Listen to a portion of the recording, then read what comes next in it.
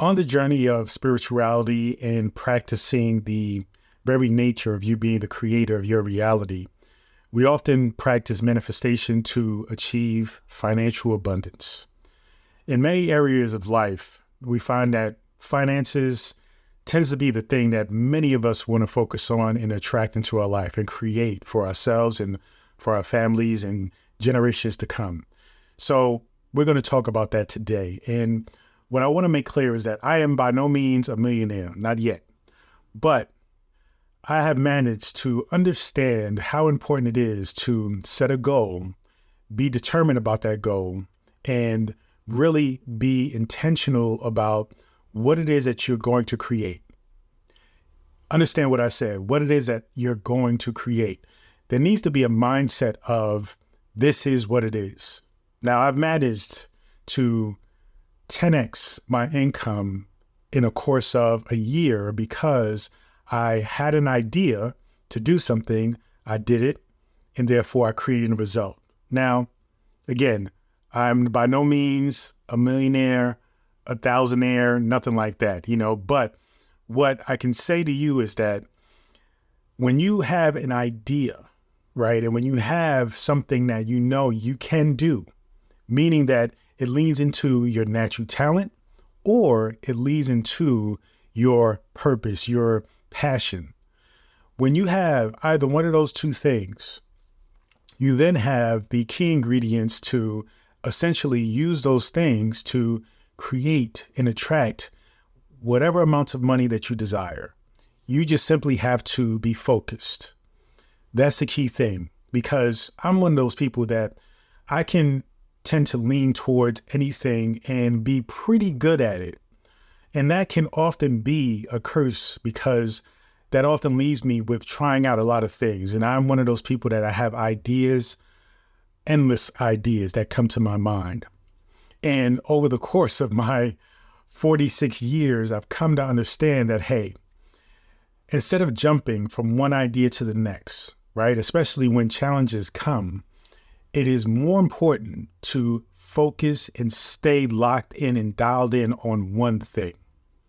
You see, we live in a generation where there's a lot of options because of the internet, because of things that are going on with AI, and just because of your own unique capabilities. You see, even as individuals, we are way more evolved than the generations previous. And that gives us a lot of options. And oftentimes, those skills and those options can be overwhelming because you are now paralyzed with these options, right? You're paralyzed with choices and you just simply don't know what to pick. And we often assume that if we decide to go a certain route and challenges come up, obstacles come up, which is always the case no matter which route you choose, but we often assume that, okay, well, this is not what I'm meant to do then. This is not for me, right? This isn't working out. But in fact, if you continue to move on through these challenges, not recognizing them as signs that you should stop, but in fact, opportunities for you to learn from them and then keep going along that trajectory, that path, then you will in fact reach that destination that you're looking to achieve. So you have to be mindful that it takes self-awareness because you have to really ask yourself, what are you good at? Then you have to ask yourself, what are you passionate about? If you're really lucky, both of those things are the same, right? Just like for me on this very topic and what it is that I'm choosing to do right now in my life, it is because I am passionate about spirituality, right? I am passionate about consciousness. I am passionate about the message to remind you that you are the creator of your reality, of your universe, and therefore you must be able and take responsibility and create the reality that you want. But I am also good at speaking. I am also good at coming up with new ideas and new ways to share this insight with you, this philosophy with you. And therefore, that leads me to a point where I recognize this is what I am made to do. This is my purpose here. But it also takes a decision. So you have to recognize what you're good at, what you're passionate about, but you also have to make a clear decision and commitment that that is what you're going to do. And when you have that, then most of the puzzle is complete. All you have to do then is simply put the work in and strategize as you are putting in the work, because you're learning along the way as to how you're going to do this every single day of your life, right? Because it takes a daily commitment. And then you're going to learn strategies and methods on how you can monetize on this. And really, the monetization comes from learning to give your gift to other people, and I use the word give, but it's really more of an exchange, because even when you give, there's an exchange happening, right? Even if you give something for free, you are getting something back for that, right? You're getting somebody's gratitude, their appreciation, just them recognizing it and acknowledging you for your gift, right? Because they have received it and they embrace it. So there is no such thing as giving something and not getting something in return. But recognize that when you give, right, with this exchange that's happening, when you give and you are deciding that you're going to give and accept monetary value in exchange, then that is how you amass the financial abundance that you desire. But you have to decide. Now, the issue with techniques like applying the law of attraction from a very superficial level of just saying to yourself, hey, I want to attract $1 million, and not having the idea, the passion, the skills, the means of actually doing it, then yes, you may attract $1 million. But think about it this way. If you attract $1 million, right, that money has to be spent on something.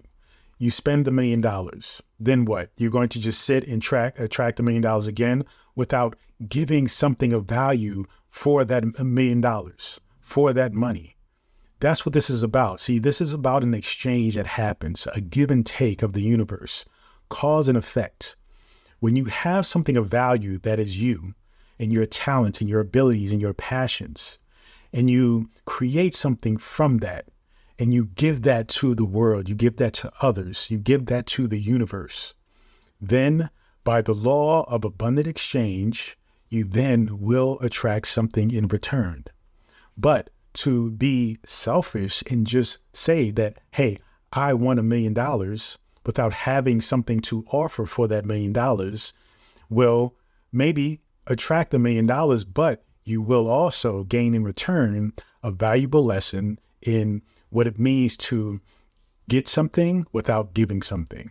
You're going to give something that often looks like a hard lesson in understanding the value of exchanging and giving value to other people for that $1 million, right? So you're going to learn a hard lesson, just like all of the lotto winners that win all this money, and it immediately goes away and they end up being broker or more poor than they were before they won the millions of dollars. So you have to be mindful. It's better to initially go through the obstacles, the challenges, figuring out what it is that you're going to do, figuring out how you're going to package this skill, this representation of love, right, that is coming from you in order for you to create an opportunity of exchange, right, for this financial abundance that you are seeking, that you are deciding to create for yourself.